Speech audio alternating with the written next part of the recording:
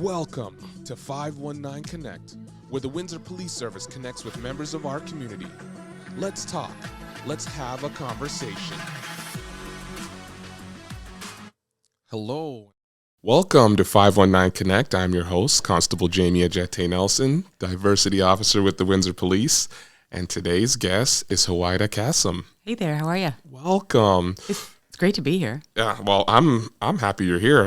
We had a little bit of conversation before, and I'm excited about this. We almost had a full-fledged show beforehand. I know. That's for after when we post that on our other website.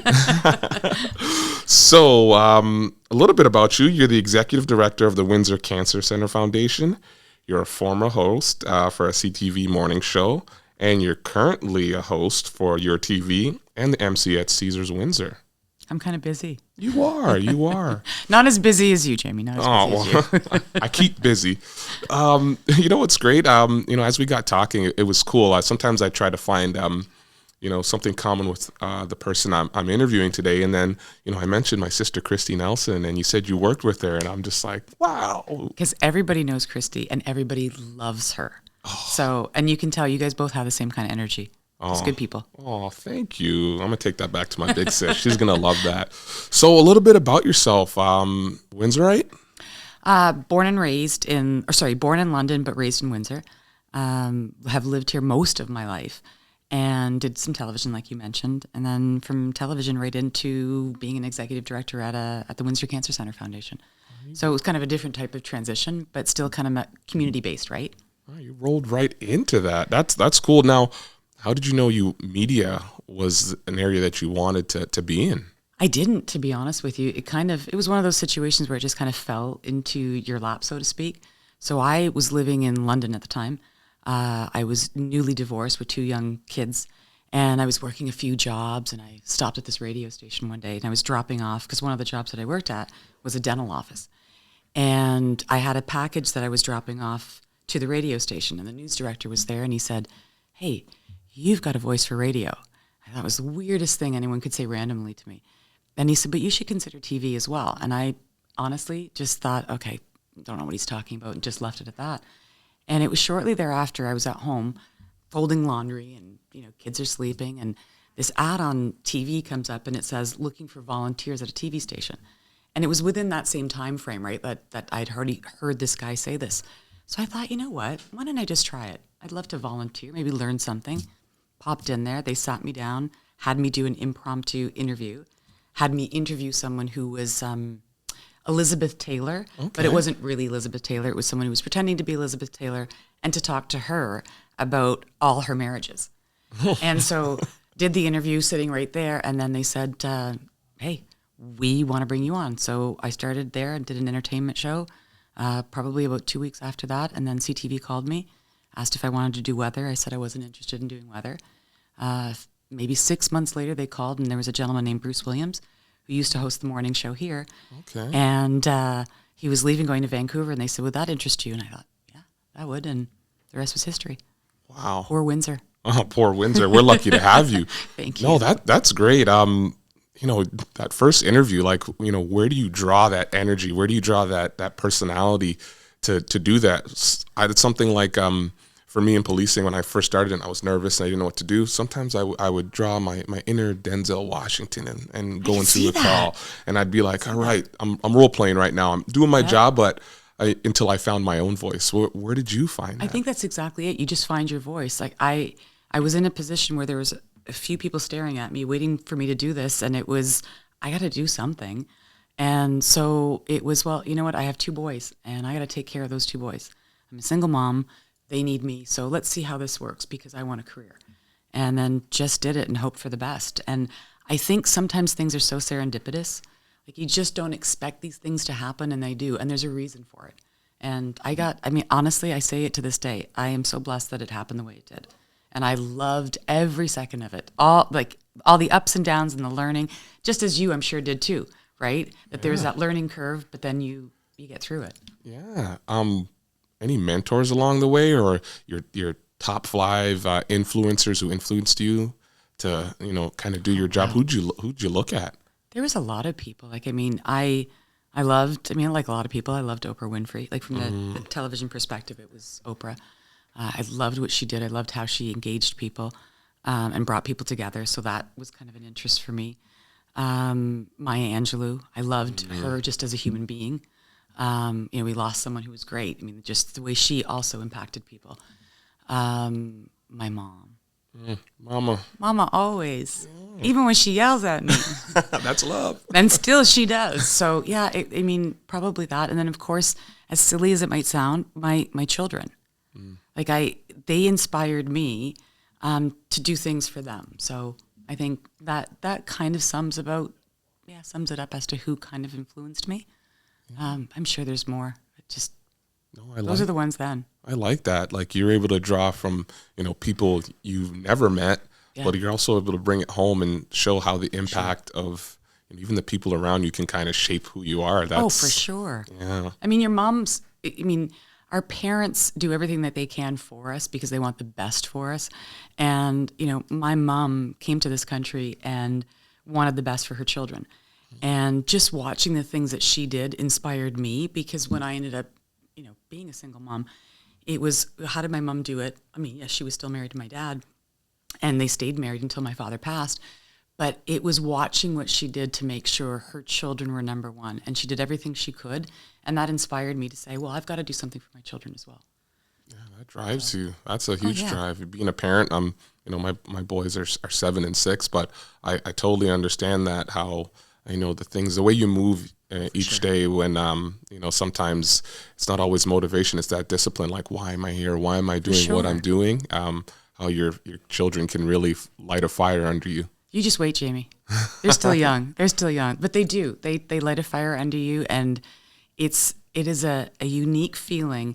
You love your significant other, but when your children come into this world, it is a different kind of love. Oh. It is just, you would push your significant other in front of a train before you would do it when it comes don't tell. I hope my wife's not watching this. Don't tell her that. Except for your wife. But you would do anything for your children, even over your significant other, because of that innate, natural, unconditional love that you have for them, because they're part of you, right? They are. See, with a strong passion like that, it only segues into your career right now and like how you move forward there. That care, that passion. Talk a little bit about that being in the Cancer Foundation. That also was kind of just. It didn't happen the way I'd anticipated it would. It was a friend of mine who reached out and said the Cancer Center Foundation was looking for some help. So I ended up meeting at the time with a woman named Norma Brockenshire, who was one of the founders of the Cancer Center Foundation. And I really enjoyed what they were doing. And through television, believe it or not, I had interviewed them many years ago. So it was interesting that it came full circle. And as she talked about what she was doing and why she was wanting to raise funds for cancer patients here in our community, it resonated with me because I had lost my father. So my father was diagnosed with a cancer called hepatocellular carcinoma. So it was cancer of the liver and the cells. He was diagnosed in January. It was January 23rd, 1994, and February 26th, 1994, he died. So a month. Wow. And so it impacted, obviously, our family so greatly that I don't think at the time, and I know at the time, that years later he would become my why. Yeah. So I didn't know that would happen until later on. It just made sense that when I met Norma Brockenshire and she was talking about the Cancer Center Foundation, that it was my way of essentially, if it makes any sense, giving back to my dad. Yes. Because had our technology and things been different then, maybe he would still be here with us. So I wanted to impact people, and it was a way of honoring my dad. And that's how it really kind of started. Yeah, there's that family, that passion again, that sure. drive. And I imagine you could bring stuff from, the media world into what you were doing. And I'm sure some of those things intersected with your path. Oh, for sure it did. I mean, it's interesting because media is, it certainly can divide, but it does also bring people together. And, working at the Cancer Center Foundation, you watch that because what we do, we're not the doctors, we're not oncologists, we're not nurses. We're here to fundraise. We're here to raise the funds to purchase equipment that might not be covered by the province. And for us to do that, it's similar. It's, again, bringing people together for one great cause, I guess. And for me, it was great just to watch a community come together and still come together for any initiative that we have, all for the purpose of making sure that we provide for our cancer patients in our community. Yeah, that's great. Though that networking, I'm sure just from your presence, just meeting you, being able to connect those groups. And I always say sometimes groups sign off on you when you have leave that feeling with someone. They say, you know what, they're working with Houida. I want to work with them too. That brings a very important part of it.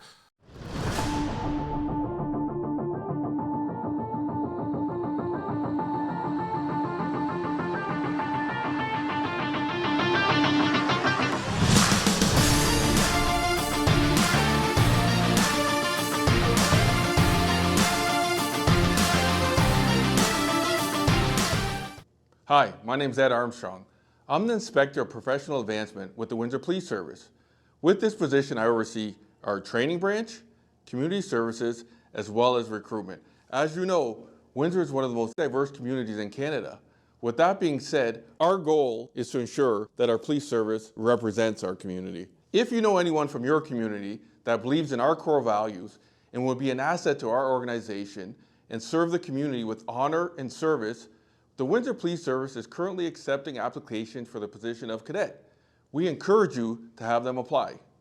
Although patrol and ensuring the safety of our community is our #1 priority, the Windsor Police Service offers different departments that may interest you.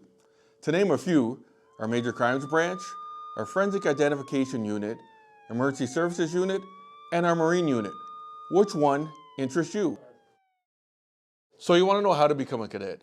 Simply visit our website at windsorpolice.ca under the Career tab or visit oacpcertificate.ca. I'm sitting at my desk waiting to see your application.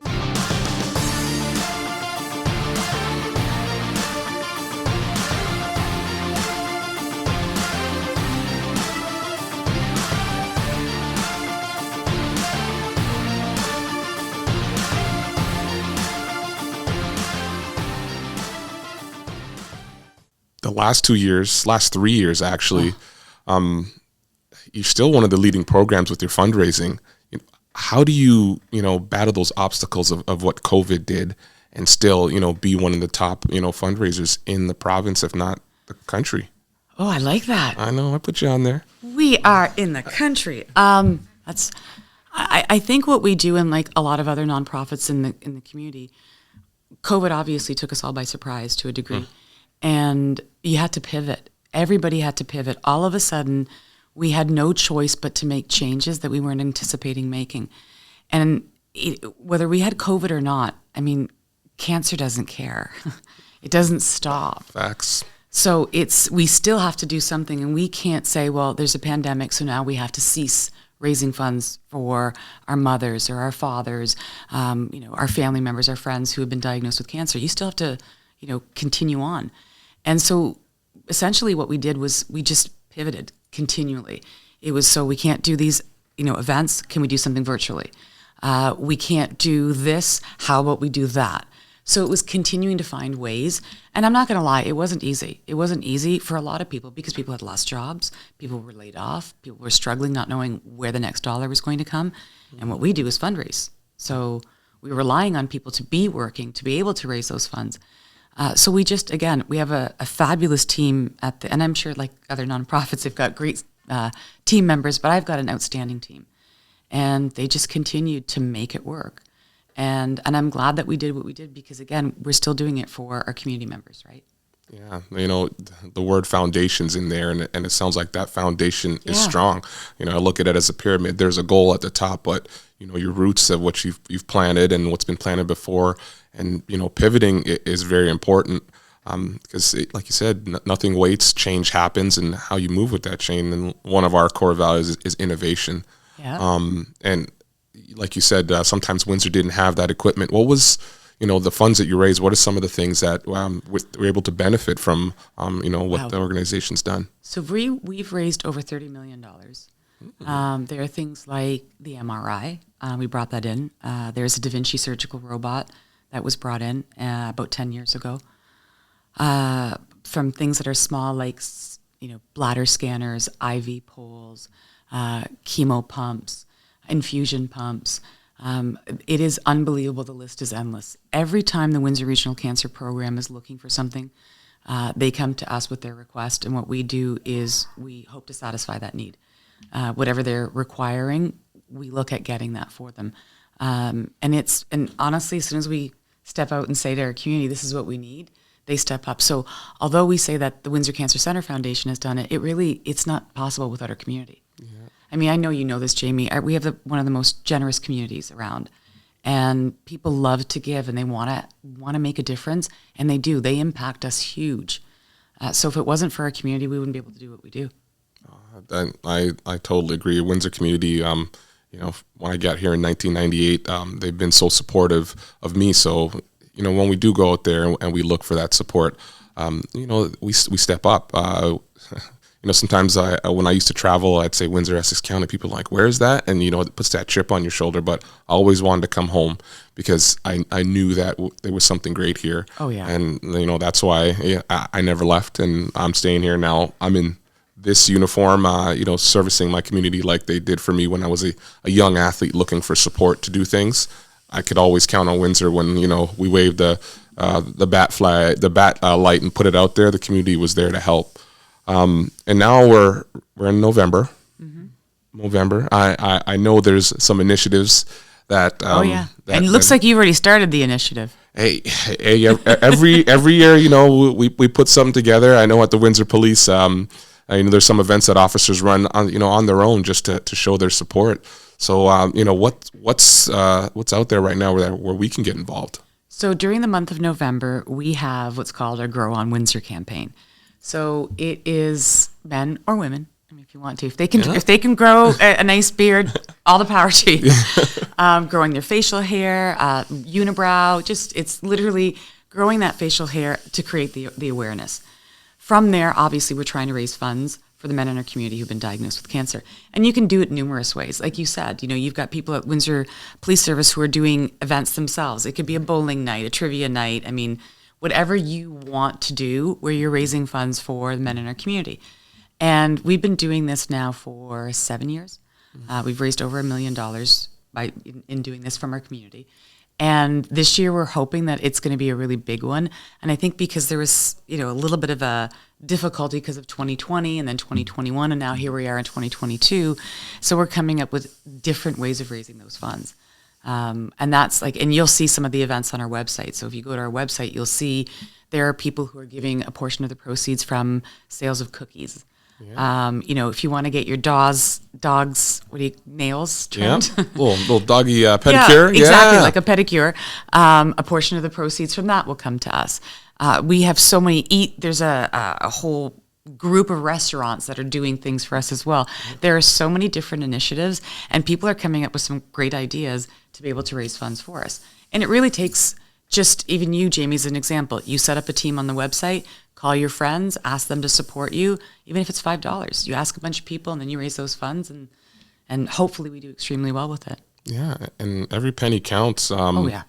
Yeah, and those funds, 100% of those funds, local. They stay home, they stay here, and they truly benefit the people going through, difficult times, or that sense of feeling like where I am right now. It's with all the research that's going on, and I'm getting that best treatment, and like no better place than home. And I know at Windsor there's been a football tournament, little flag football tournament. I've participated a few times where, Movember comes, we grow the stashes and we play some football, but, it's that same thing, that sense of community. A lot of us are out there, haven't played football or haven't been out in a while, but, just that idea that we're supporting, cancer, but also the research and locally, that's a great feeling. And, I don't see you're growing a mustache. That's all right. But, listen, I'm Middle Eastern. There's a possibility. I'm kidding. It's so great to see people do that, because I'll tell you, Movember is also great. You referenced Movember. It's great. But a lot of community members were saying, we want to keep it local. How do we keep it local? And that's how this really was born. It was, how do we make sure that the men in our community, your family member, your friends, your colleagues get treated here, and this is how it started, right? And people started growing the mustaches and the beards, and we started raising funds, and have been doing this now for 7 years, and it feels fantastic. And each year, the amount of community members that get involved, it keeps increasing, which tells us we're doing something right. Yeah. And people want to see, and they want to have fun. I mean, who doesn't want to have fun, right? Yeah. I mean, I'm looking at yours. I think it's pretty. Like, how many days is that? Actually, Weeks, you know months? what? This is only like, Since this morning? oh, I would listen. The first time I grew some facial hair, I was probably like 23 years old, and I was like, "Yes, I got a whisker." So this is a little bit of growth right here. It looks good. It looks good. I'm trying. So you're already supporting us out without even knowing it. Hey, I do what I can. It is a fabulous initiative. I mean, we do that in November for men in our community. We do an initiative for women as well in our community in the month of May called Lockout Cancer. So we try to have a lot of different things that are going on, and then of course people can just donate because they want to donate, right? And it's impacted them in some way. So it's great to get that message out. I mean, I appreciate it more than you know to be able to get that message out, because the Windsor Police Service has been huge in supporting us as well. And it's wonderful to see that, community members and community leaders like yourself who come forward to say, how can I help? So thank you. Yeah, no, it's great. And what I enjoy about it is information as well. We're not just out there donating, but we're learning, because some of those, things that we don't know about cancer, those myths, you find out that information once you start getting involved. For sure. Yeah. And I can tell you, just in our community alone, so last year in 2021, 4,245 men were referred to the Windsor Regional Cancer Center. Wow. Like, that's jarring when you hear that. And so we don't want to see any of our family or friends having to drive down the 401 to have treatment. You need to be treated here. There's a lot to be said about having that comfort of being home, from your treatment perspective to having your support system around you. So the last thing you want to do is have a diagnosis and now be told, well, we can't treat you here. You're going to have to go somewhere else. And so we are here to try to ensure that our family members and our friends, the people that we love the most who have been diagnosed with cancer, get to be treated here. Oh, that's great. Yeah. Oh, I can't even thank you and the organization, any more than you already have, $30 million, innovative equipment, keeping that sense of community, especially after the pandemic. People want to be outside. And sure. I think that Grow On, this initiative this month is, like you said, I think you're looking for, some records to be broken this year. Come on, community. I know they can do it. We can do it. We can. We're strong. We're stronger as a group. We're united as Windsor. I want to thank you for coming on today and really enlightening me and letting me know like what we have to offer. Well, you asked me a question, and I was going to ask you this myself, so I'm going to put you on the spot. So you talked about who inspired me. So who inspires you? Oh, who inspires me? My mother. Aww. Oh, my mother. She she had 7 kids, right? 7? Yeah. Are you the youngest, oldest, middle? I'm my mother's baby. You're the baby. I am the baby. So Jamie, you're spoiled. I'm taken care of. I'm taken care of. But like you said, just to see her navigate this world. She came from Jamaica, and she was here and raising kids, and she wanted a better life for them. And I saw how hard she worked and her sacrifices. And that's service, right? Service to her family. And I saw that even people who weren't in my family, growing up, we had people who I thought were strangers come living in my home. But my mom, when people needed help to take care of them, she just brought them in. So I saw that, and I didn't know policing was for me. I actually went to school to be a teacher, another job where you're serving your community. And I found myself in uniform teaching in a different way, servicing my community in a different way. And, now I'm here on a podcast with you. Well, this is awesome. Well, I can tell you, I mean, although I don't know your mom, if you guys are anything alike, she must be a fabulous woman. Amazing. So do me a favor. Let's just, why don't you wear one of our toques? I'll even put one on. You put right now? You gotta put This is, we're going to support. I can't believe it. No, there it is. Don't worry. How cute is that? Come on. Seriously. How cute is that? All right. You can buy this merchandise too. Oh, where do we get this merchandise? So go to growonwindsor.com. Okay. We've got all the merchandise there. There's various things that you can still purchase. And then again, if you want, set up a team and then join us and support the men in our community who've been diagnosed with cancer. Yeah. So there it is. Let's set up a team. Let's get some merch. Actually, this feels kind of fresh on me. I like right here. This is looking good. So there you have it. today's show is called Grow On Windsor. Thank you for coming. You can find us on all your platforms, 519Connect. And I just want to thank you again. Thanks again for having me. Really appreciate it, and really appreciate the work that you and the group at Windsor Police Services do each and every day. So thank you. Thank you for your service. All right.